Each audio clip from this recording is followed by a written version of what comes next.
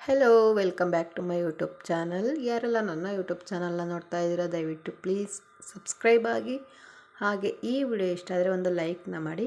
ಇವತ್ತಿನ ವಿಡಿಯೋದಲ್ಲಿ ಮೆಂತ್ಯ ಬಾತನ್ನು ಯಾವ ರೀತಿ ಕಡಿಮೆ ಟೈಮಲ್ಲಿ ಮಾಡೋದು ಅಂತೇಳಿ ನಿಮ್ಮ ಜೊತೆ ಶೇರ್ ಮಾಡ್ತಿದ್ದೀನಿ. ಬನ್ನಿ ವಿಡಿಯೋನ ಶುರು ಮಾಡೋಣ. ಮೊದಲಿಗೆ ನಾನು ಕುಕ್ಕರ್ನ ಇಟ್ಕೊಂಡು ಎಣ್ಣೆನ ಹಾಕ್ಕೊಂಡು ಎಣ್ಣೆ ಕಾದಾದ್ಮೇಲೆ ಸ್ಪೈಸಸ್ನ ಆ್ಯಡ್ ಮಾಡ್ತಿದ್ದೀನಿ. ಚಕ್ಕೆ, ಲವಂಗ ಮತ್ತು ಪಲಾವ್ ಎಲೆ, ಮರಾಠಿ ಮೊಗ್ಗು, ನಕ್ಷತ್ರದ ಹೂವು ಇದೆಲ್ಲ ಹಾಕಿ, ಏಲಕ್ಕಿ ಇದೆಲ್ಲ ಹಾಕಿ ಚೆನ್ನಾಗಿ ಫ್ರೈ ಮಾಡಿ, ಮತ್ತು 2 ಮೀಡಿಯಮ್ ಸೈಜ್ನ ಈರುಳ್ಳಿನ ಉದ್ದುದ್ದಾಗಿ ಹಚ್ಕೊಂಡು ಹಾಕಿ ಚೆನ್ನಾಗಿ ಫ್ರೈ ಮಾಡ್ಕೊಳ್ಳಿ. ಮತ್ತು ಅದಾದಮೇಲೆ 2 ಟೊಮೊಟೊನ ಚಿಕ್ಕದಾಗಿ ಹಚ್ಕೊಂಡು ಅದನ್ನು ಕೂಡ ಸಾಫ್ಟ್ ಆಗೋವರೆಗೂ ಒಂದು ಸಲ ಫ್ರೈ ಮಾಡ್ಕೊಳ್ಳಿ. ಮತ್ತು ಅದಾದಮೇಲೆ ನಾನು ಮೆಂತ್ಯ ಸೊಪ್ಪನ್ನ ಚಿಕ್ಕದಾಗಿ ಕಟ್ ಮಾಡಿ ಇಟ್ಕೊಂಡಿದ್ದೀನಿ. ಮೆಂತ್ಯ ಸೊಪ್ಪು ಜೊತೆಗೆ ನೀವು ಹಸಿ ಬಟಾಣಿ ಅಥವಾ ಒಣ ಬಟಾಣಿನ ನೆನೆಸಿಟ್ಕೊಂಡು ಹಾಕ್ಕೋಬೋದು. ಮತ್ತು ನಿಮಗಿಷ್ಟವಾದ ತರಕಾರಿ ಕೂಡ ನೀವು ಸೇರಿಸ್ಕೋಬೋದು. ಮತ್ತು ಇದಕ್ಕೆ ಒಂದು ಸ್ವಲ್ಪ ಅರಿಶಿನ ಹಾಕ್ಕೊಂಡು ಮಿಕ್ಸ್ ಮಾಡ್ಕೊತಿದ್ದೀನಿ. ಮೆಂತ್ಯ ಸೊಪ್ಪು ಚೆನ್ನಾಗಿ ಫ್ರೈ ಆಗಿ ಚೆನ್ನಾಗಿ ಬಾಡಿದ್ರೆ ಅದರಲ್ಲಿರೋ ಅಂಥ ಕಹಿ ಎಲ್ಲ ಹೋಗುತ್ತೆ. ಹಾಗಾಗಿ ಚೆನ್ನಾಗಿ ಫ್ರೈ ಮಾಡ್ಕೊಳ್ಳಿ, ಚೆನ್ನಾಗಿ ಬಾಡಿಸ್ಕೊಳ್ಳಿ. ಮತ್ತು ಇವಾಗ ಇದಕ್ಕೆ ಮಸಾಲೆನ ರೆಡಿ ಮಾಡ್ಕೊಬೇಕು. ಬನ್ನಿ ಏನೇನು ಬೇಕು ಮಸಾಲೆಗೆ ಅಂತೇಳಿ ನೋಡ್ಕೊಳ್ಳೋಣ. ಮೊದಲಿಗೆ ಇಲ್ಲಿ ತೆಂಗಿನಕಾಯಿನ ತೊಗೊಂಡಿದ್ದೀನಿ. ತೆಂಗಿನಕಾಯಿ ತುರಿನ ಆದರೂ ತೊಗೋಬೋದು ಅಥವಾ ಪೀಸು ಚಿಕ್ಕದಾಗಿ ಕಟ್ ಮಾಡ್ಕೊಬೋದು. ಮತ್ತು ನಿಮಗೆ ಖಾರಕ್ಕೆ ಎಷ್ಟು ಬೇಕೋ ಅಷ್ಟು ನೋಡಿ ಹಸಿರು ಮೆಣಸಿನ್ಕಾಯಿನ ತೊಗೊಳ್ಳಿ. ಮತ್ತು ಬೆಳ್ಳುಳ್ಳಿ ಮತ್ತು ಶುಂಠಿನ ಜಜ್ಜಿ ಹಾಕ್ಕೊಂಡಿದ್ದೀನಿ. ಮತ್ತು ಕೊತ್ತಂಬರಿ ಸೊಪ್ಪು, ನೀರು ಹಾಕ್ಕೊಂಡು ನುಣ್ಣಗೆ ರುಬ್ಕೊಳ್ಳಿ. ತರಿಯಾಗಿ ರುಬ್ಬಿದ್ರೆ ಅದು ಅಷ್ಟು ಚೆನ್ನಾಗಿರೋದಿಲ್ಲ. ಸೊ ನೋಡಿ, ಇಲ್ಲಿ ಗೊತ್ತಾಗುತ್ತಲ್ವ ನಿಮಗೆ, ನುಣ್ಣಗೆ ಚೆನ್ನಾಗಿ ರುಬ್ಕೊಳ್ಳಿ.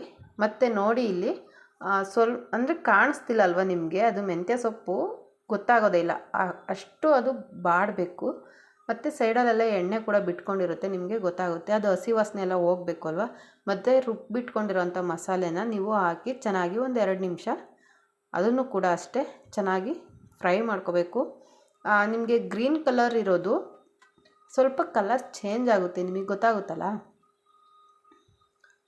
ಆ ಕಲ್ಲರು ಚೇಂಜ್ ಆಗೋವರೆಗೂ ನೀವು ಚೆನ್ನಾಗಿ ಫ್ರೈ ಮಾಡ್ಕೊಳ್ಳಿ. ಮತ್ತು ಇಲ್ಲಿ ನಾನಿಲ್ಲಿ ರೇಷನ್ ಅಕ್ಕಿನ ತೊಗೊಂಡಿದ್ದೀನಿ. ನೀವು ಯಾವ ಅಕ್ಕಿ ಬೇಕಾದರೂ ಯೂಸ್ ಮಾಡ್ಬೋದು.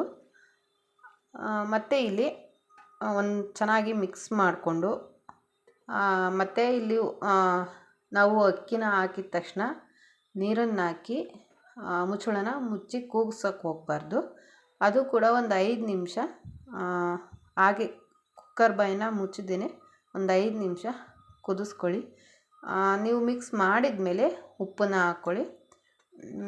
ಒಂದು 5 ನಿಮಿಷ ಹಾಗೆ ಕುದಿ ಬರಬೇಕು. ಮತ್ತು ನಾವು ಹಾಕಿರೋ ನೀರು ಸ್ವಲ್ಪ ಕಡಿಮೆ ಆಗಬೇಕು, ಒಂದು 1/4 ಭಾಗದಷ್ಟು ನೀರು ಕಡಿಮೆ ಆಗಬೇಕು. ನಿಮಗೆ ಗೊತ್ತಾಗುತ್ತಲ್ಲ, ಈ ಟೈಮಲ್ಲಿ ನೀವು ಉಪ್ಪು ಖಾರ ನೋಡಿಕೊಂಡು ಉಪ್ಪನ್ನ ಸೇರಿಸ್ಕೊಳ್ಳಿ. ನೋಡಿ, ನಾನು ಹಾಲು ಕಾಯೋಕ್ಕೆ ಅಂತ ಇಟ್ಟಿದ್ದನ್ನ, ಹಾಲೆಲ್ಲ ಉಕ್ಕಿ ಹೋಗಿದೆ. ಮತ್ತು ಅದನ್ನು ಕ್ಲೀನ್ ಮಾಡಬೇಕು. ಅಡುಗೆ ಮನೆ ಅಂದ್ರೇ ಹಾಗೆ ಅಲ್ವಾ, ಏನು ಮಾಡೋಕ್ಕಾಗಲ್ಲ. ನಿಮ್ಮ ಹತ್ರ ಕಡಿಮೆ ಟೈಮ್ ಇದ್ದಾಗ ಈ ಅಡುಗೆನ, ಈ ತಿಂಡಿನ ನಿಜವಾಗ್ಲೂ ಆದಷ್ಟು ಬೇಗ ರೆಡಿ ಮಾಡ್ಬೋದು. ನಿಜವಾಗ್ಲೂ ಕಡಿಮೆ ಟೈಮಲ್ಲಿ ರೆಡಿ ಆದ್ರೂ ತುಂಬ ಟೇಸ್ಟಿಯಾಗಿ ಬಂದಿತ್ತು. ನನಗಂತೂ ಪರ್ಸ್ನಲಿ ನಿಜವಾಗ್ಲೂ ಇಷ್ಟ ಆಯಿತು.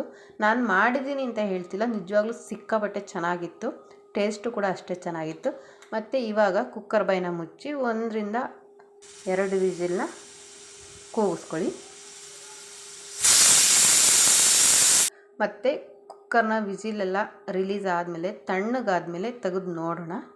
ನೋಡಿ, ಯಾವುದೇ ಥರ ಮಸಾಲೆನೇ ಒಂದು ಕಡೆ ಅಥವಾ ನಾವು ಹಾಕಿರೋಂಥ ರೈಸ್ ಒಂದು ಕಡೆ ಯಾವುದೂ ಆಗಿಲ್ಲ. ಚೆನ್ನಾಗಿ ಪರ್ಫೆಕ್ಟಾಗಿ ಈಸಿಯಾಗಿ ಮಾಡುವಂಥ ಮೆಂತ್ಯ ಬಾತು. ನೀವು ಕೂಡ ಒಂದ್ಸಲಿ ಮನೇಲಿ ಟ್ರೈ ಮಾಡಿ ಹೇಗೆ ಬಂತು ಅಂತ ಕೂಡ ಕಮೆಂಟ್ ಮಾಡಿ ತಿಳಿಸ್ತೀರಲ್ವಾ. ಎಸ್, ರೆಡಿ ಆಯಿತು. ಮತ್ತು ಒಂದೊಳ್ಳೆ ಮೊಸರು ಬಜ್ಜಿ ಜೊತೆ ಅಥವಾ ಒಂದೊಳ್ಳೆ ಚಟ್ನಿ ಜೊತೆ ಇದನ್ನು ಸರ್ವ್ ಮಾಡಿದ್ರೆ ಸೂಪರಾಗಿ ಸಖತ್ ಟೇಸ್ಟಿಯಾಗಿರುತ್ತೆ. ಎಸ್, ಈ ವಿಡಿಯೋ ಇಷ್ಟೇ, ಈಸಿಯಾಗಿ ಮಾಡ್ಕೊಳ್ಳೋವಂಥ ಮೆಂತ್ಯ ಬಾತ್. ಈ ವಿಡಿಯೋ ಇಷ್ಟ ಆದರೆ ಒಂದು ಲೈಕ್ನ ಮಾಡಿ. Thank you. ಬಾಯ್.